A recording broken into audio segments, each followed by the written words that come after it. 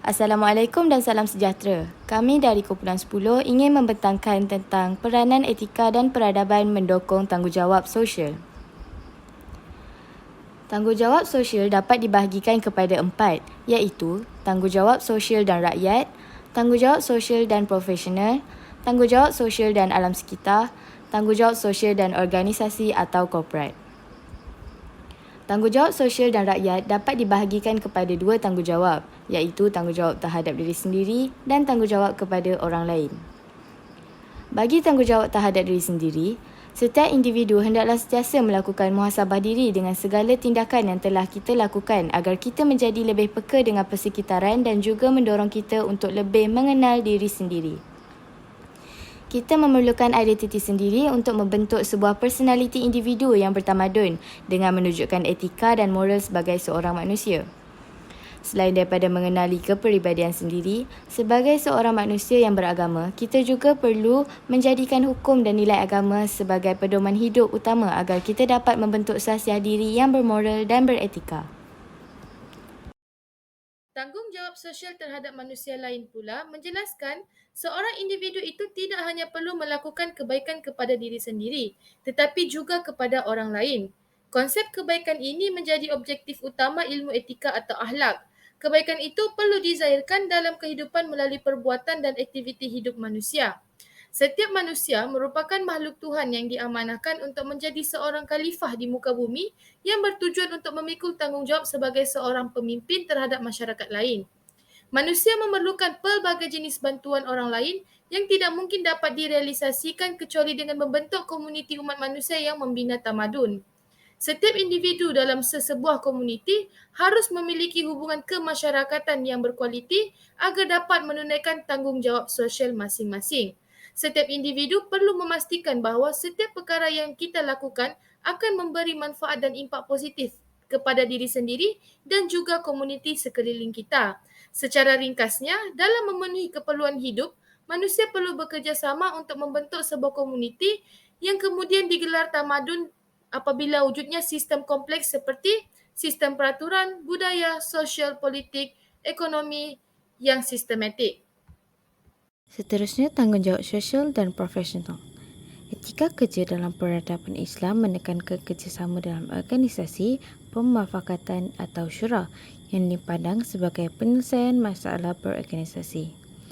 Memberikan perkhidmatan yang sama kepada semua tanpa mengira agama, warna kulit, jantina, fahaman politik atau status sosioekonomi. Selain itu, pekerja dan profesional juga mempunyai tanggungjawab terhadap masyarakat umum yang bertindak sebagai konsum atau pihak ketiga.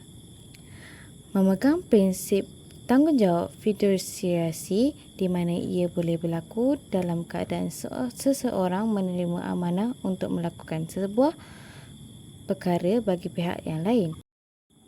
Pekerja dan profesional perlu memegang 6 sifat amanah iaitu jujur, berterus terang, cekap, tekun, teliti dan setia dan menyimpan rahsia. Akhir sekali, tanggungjawab sosial dan korporat atau organisasi. Bermaksud, kewajipan pengurusan sesebuah organisasi untuk membuat keputusan dalam mengambil tindakan yang akan membantu dalam kebajikan dan kebaikan kepada masyarakat dan juga organisasi. Menurut peradaban Islam, tanggungjawab sosial dan korporat perlu dipraktikkan berlandaskan prinsip Islam iaitu tidak memudaratkan, niat yang betul, adil, amanah, insan dan amar makruf nahi munkar. Selain itu, ia juga dikenali sebagai 3P, People, Planet and Profit. Skop tanggungjawab korporat antaranya ialah pemberian semula keuntungan yang diperolehi dengan mengembalikan keuntungan tersebut dalam bentuk dana, bantuan, hadiah dan lain-lain. Seterusnya, ia turut memfokuskan tanggungjawab ekonomi dengan memberi tumpuan kepada perkembangan jangka panjang sesebuah perniagaan serta selari dengan standard yang telah ditetapkan. Seterusnya, kita akan membincangkan tanggungjawab sosial ke atas alam sekitar. Tanggungjawab sosial yang ditekankan ialah tidak melanggar hukum-hukum ekosistem semula jadi yang akan mengakibatkan kemerosotan kesihatan masyarakat. Kerajaan telah mewujudkan sebuah inisiatif dalam mewujudkan alam sekitar yang mampan seperti Dasar Alam Sekitar 202, Dasar Teknologi Hijau Negara 2009 dan banyak lagi. Namun, hal ini menunjukkan kurangnya sambutan dan apresiasi masyarakat. Tanggungjawab sosial juga boleh dimainkan peranannya oleh organisasi bukan kerajaan seperti badan sukarelawan yang menjadi mata dan telinga masyarakat dalam menguruskan alam sekitar. Dari sudut pandangan Islam, setiap manusia ditugaskan dan diikat dengan tanggungjawab memakmurkan bumi agar keseimbangan alam sekitar tidak terganggu.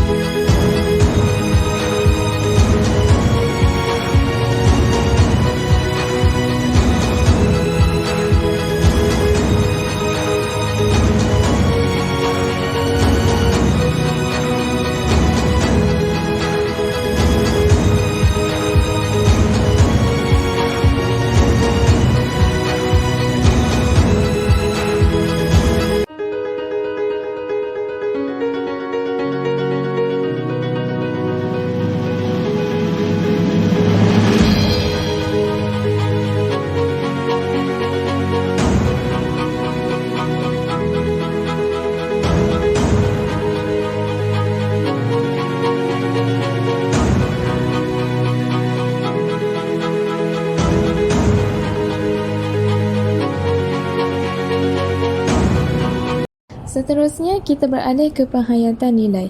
Penghayatan nilai yang pertama ialah kita hendaklah sentiasa menjadi sifat adil sebagai kerangka kepada setiap keputusan yang diambil setiap kali menjalankan tanggungjawabnya di dunia sebagai manusia, anggota masyarakat, pekerja dan warga negara. Penghayatan nilai yang kedua ialah mementingkan nilai amanah, integriti, ketulusan, kejujuran dan kesungguhan dalam kehidupan harian kita agar lingkungan sosial masyarakat kita menjadi lebih sihat serta berkualiti untuk dikonsumsi oleh pemikiran masyarakat. Yang ketiga, sentiasa berfikir ke hadapan dan lebih fokus terhadap kesan dan akibat setiap tindakan dan perilaku yang kita lakukan agar tidak menjadi sebuah beban baru terhadap diri sendiri, keluarga, masyarakat, negara, bahkan global.